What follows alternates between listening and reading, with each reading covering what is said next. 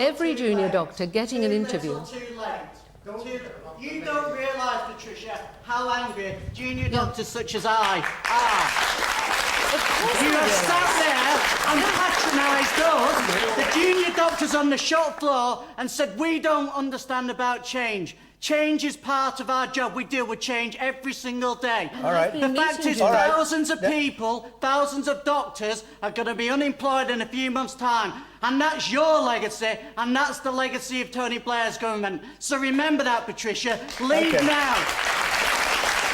Can I, Patricia Hewitt, you began your remarks by saying that if a minister makes a terrible mistake, they should resign. If I could quote you, you said that these measures had caused absolutely needless anxiety and distress, and you were very sorry indeed it happened. Is that not sufficient cause? No, what to I say, said well, was, I'll resign? no, what I said was, if a minister is responsible for a major policy blunder, then of course I think they should resign. But David, I also made the point that actually the policy that we're implementing here, which is the move to the new... doctors, is that not a disaster enough? Thousands! Okay, you've had your say. Let the Secretary of State answer. Let me just make the point, because the policy is actually the move to a new training system that most people across the NHS and the universities agreed was absolutely necessary.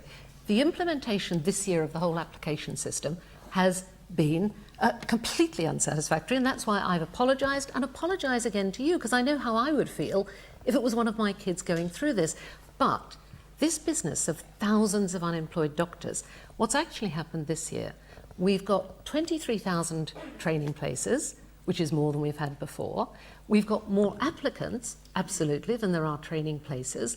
But of course, the great majority of them are already working in the NHS, thousands of them in non-training posts, and those jobs will all still be there.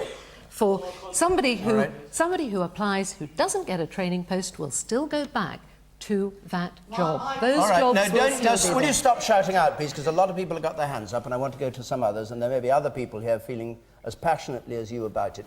The woman at the very back there, please, on the right. With regard to the proposed reforms for doctors' training, can I just ask the panel, if they were to have major surgery, would they prefer to have it performed by a surgeon with 30,000 hours of training or 6,000 hours of training? Charles Kennedy. Well, I think the answer to that specific question is self-evident, isn't it? I mean, there's no question about that. You want the experience. And I think one of the difficulties, apart from the IT difficulties and all the other pressures that the junior doctors are facing at the moment, is that, and it's rather akin to the arguments we've seen in the education